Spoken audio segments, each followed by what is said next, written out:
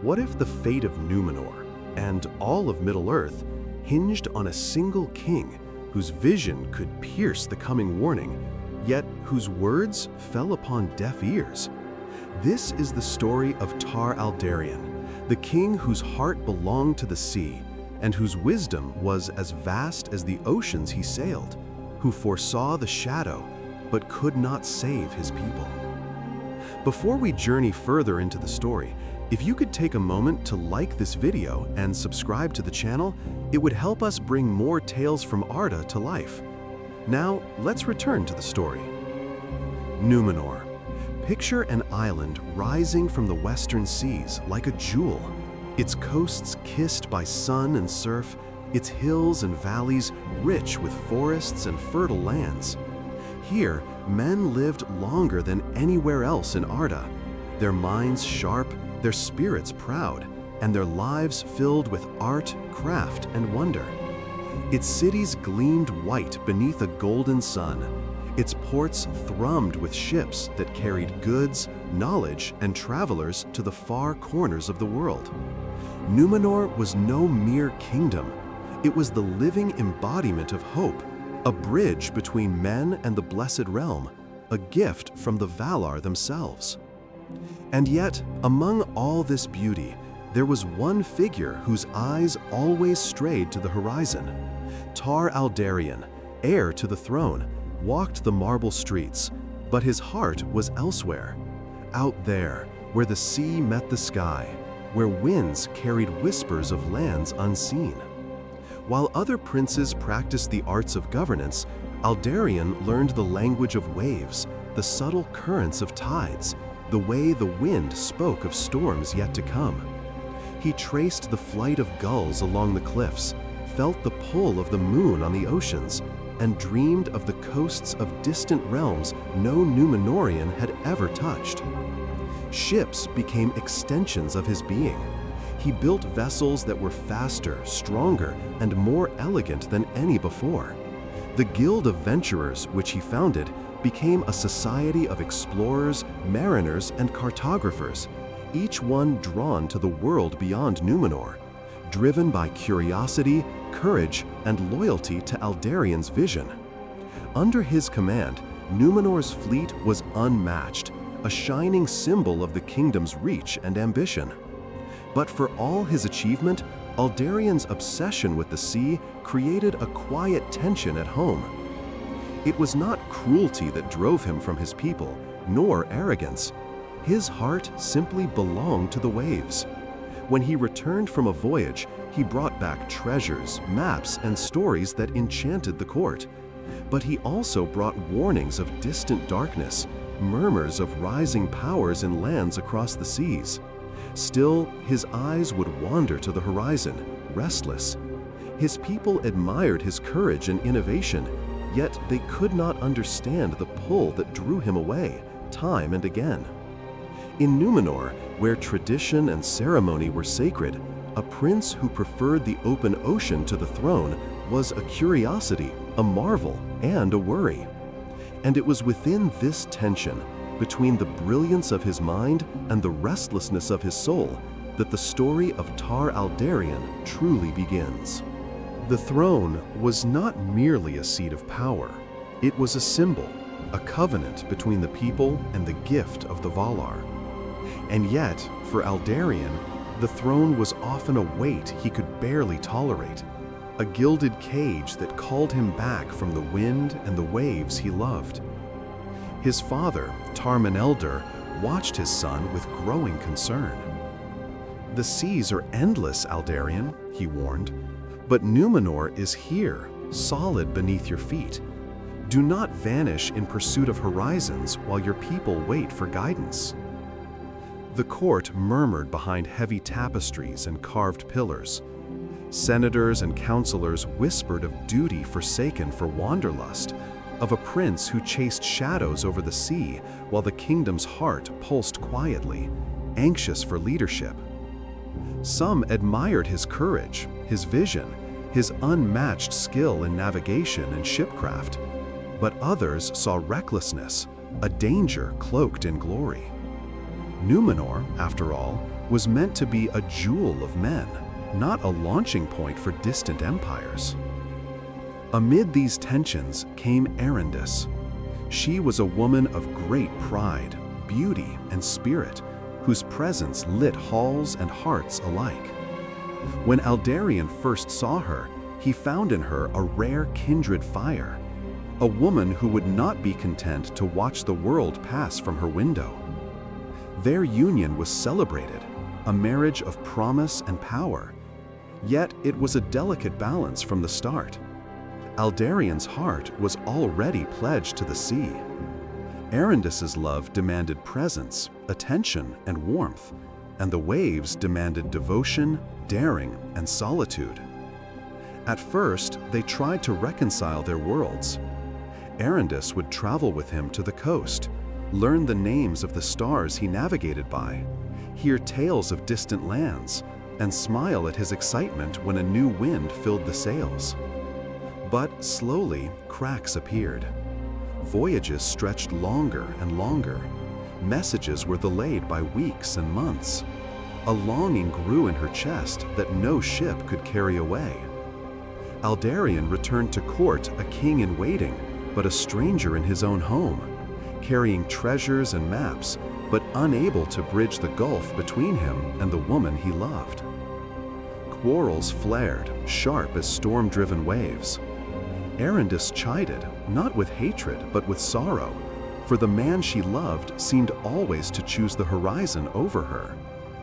"You build the fleet of Númenor," she said, her voice trembling. "But what of the kingdom that waits in these walls? What of the heart that waits for you?" Aldarion would listen, guilt stirring in his chest, yet his gaze would inevitably drift to the west, where the sun kissed the waves. He felt torn between duty and passion, between love and destiny, and it was this tension that would shape the man he would become, and the king Númenor would receive. The story of their marriage became, in many ways, a parable whispered among courtiers and chroniclers, the tale of love lost to duty, and duty lost to obsession. Yet even as hearts strained, Aldarion's vision did not falter. He knew that the seas held secrets, and the world beyond Númenor's shores was changing. But in the court, in the halls of marble and echoing stones, few were ready to heed the warnings carried home by a restless prince.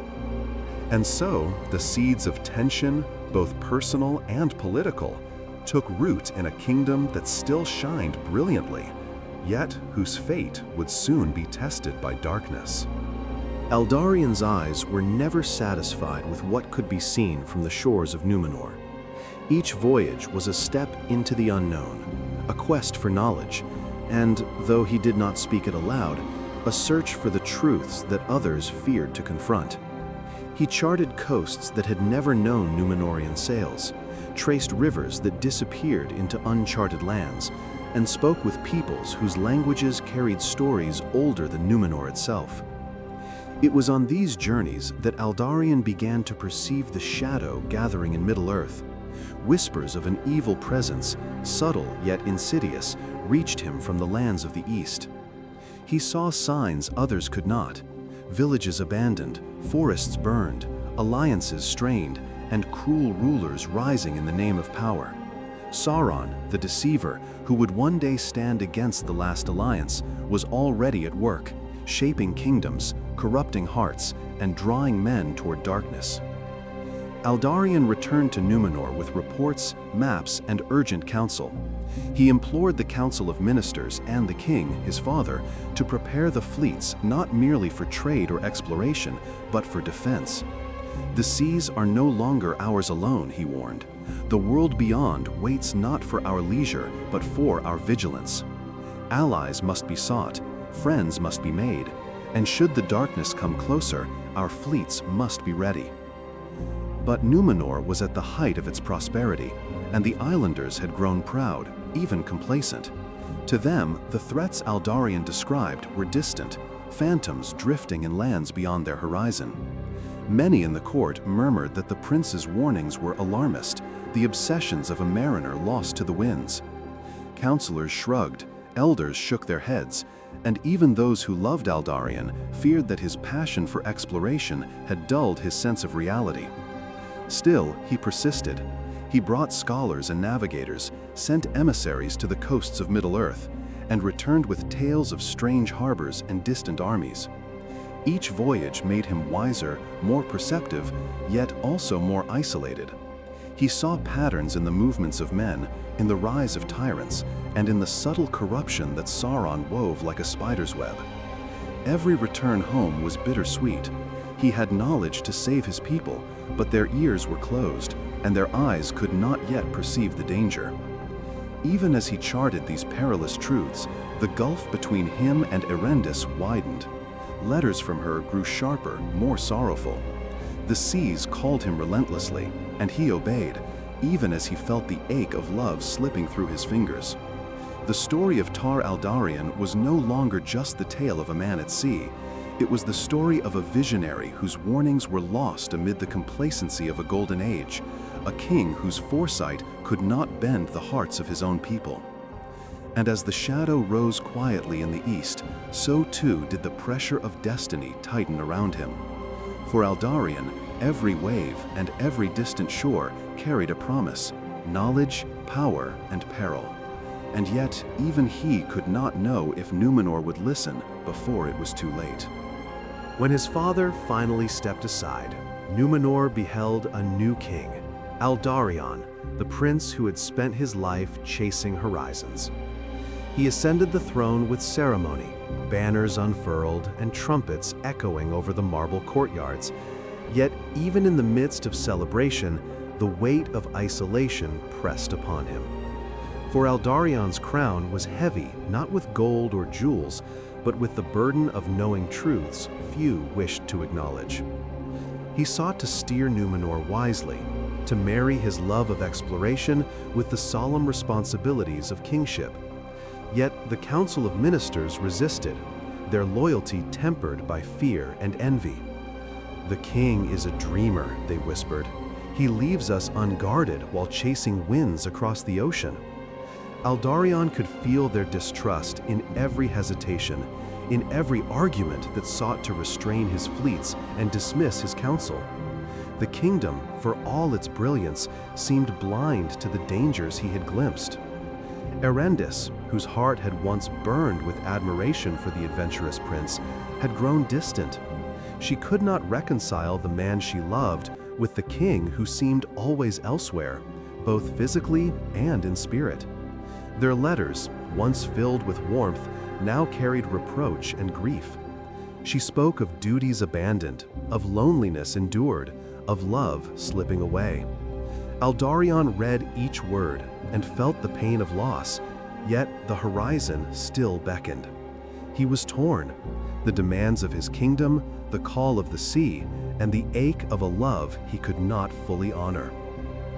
Even as he faced opposition at court and estrangement at home, Aldarion did not relent in his vigilance. He strengthened the fleet, charted distant coasts, and sent emissaries to gather intelligence of Sauron's growing shadow. He warned of alliances to be forged, of the subtle corruption that could unravel kingdoms. Yet few in Númenor listened. Pride and complacency blinded them to the threats he saw with clarity.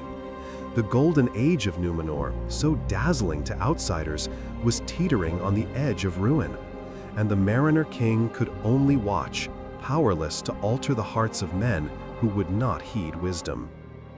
Tragedy deepened with every decision and every absence.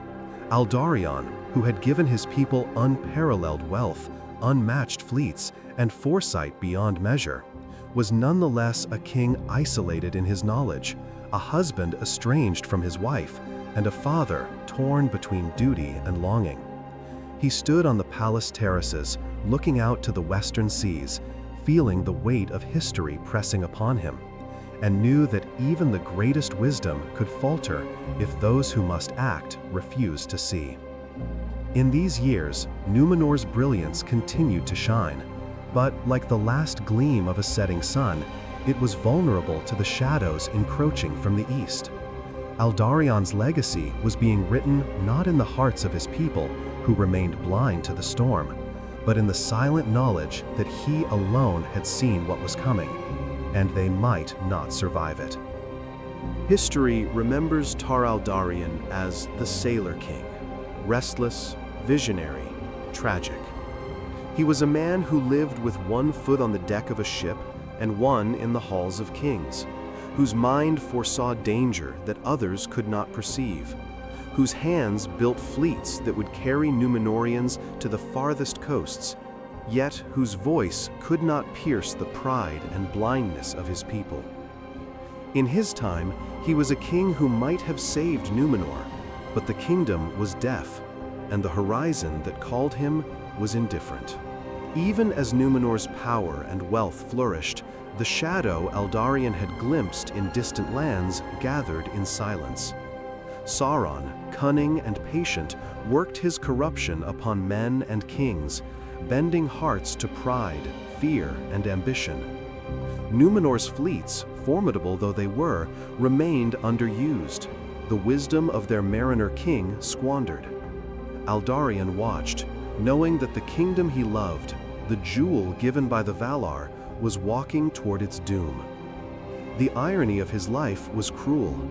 He had given them every advantage, knowledge, ships, foresight, and yet they could not see the peril until it was too late. And still, Aldarion's legacy endured in ways subtle but profound. The Guild of Venturers, his fleet, and the knowledge of the seas survived him. These were the tools that later generations, the faithful, who would escape Númenor's final destruction, carried with them across the oceans. His warnings, finally understood too late by some, echoed in the strategy of the last alliance, shaping the fight against the darkness that he had long foreseen. In death and exile, Aldarion's vision became a lifeline for those who survived, a testament to the enduring power of foresight, courage, and dedication. Yet the tragedy remains personal, intimate, and human. A king torn between love and duty, a husband estranged from the woman he cherished, a visionary ignored in his own time. Aldarion's life is a reminder that wisdom alone cannot change hearts unwilling to hear it. The sea he loved, eternal and unyielding, mirrored the fate of Númenor, beautiful, formidable, and ultimately indifferent to human desire. He had seen the storm before it struck. He had tried to prepare his people, but even the wisest king could not command the hearts of men. Tar-Aldarion's tale is a quiet echo beneath the thunder of Númenor's fall, a whisper of what might have been, if vision had been met with understanding, if love had been balanced with presence, if pride had not blinded a golden people. He remains in history not as the king who failed, but as the one who foresaw, who dared, who built, and who loved the world beyond sight, even when the world could not return that love. And so, the story of Aldarion ends not with the glory of victory, but with the bitter lesson of foresight unheeded, of a people unready for the shadow that loomed, and of a king whose heart was always at sea. If you found this story compelling, stay with us, because the fall of Númenor itself makes Aldarion's tragedy look small, and that story is coming soon.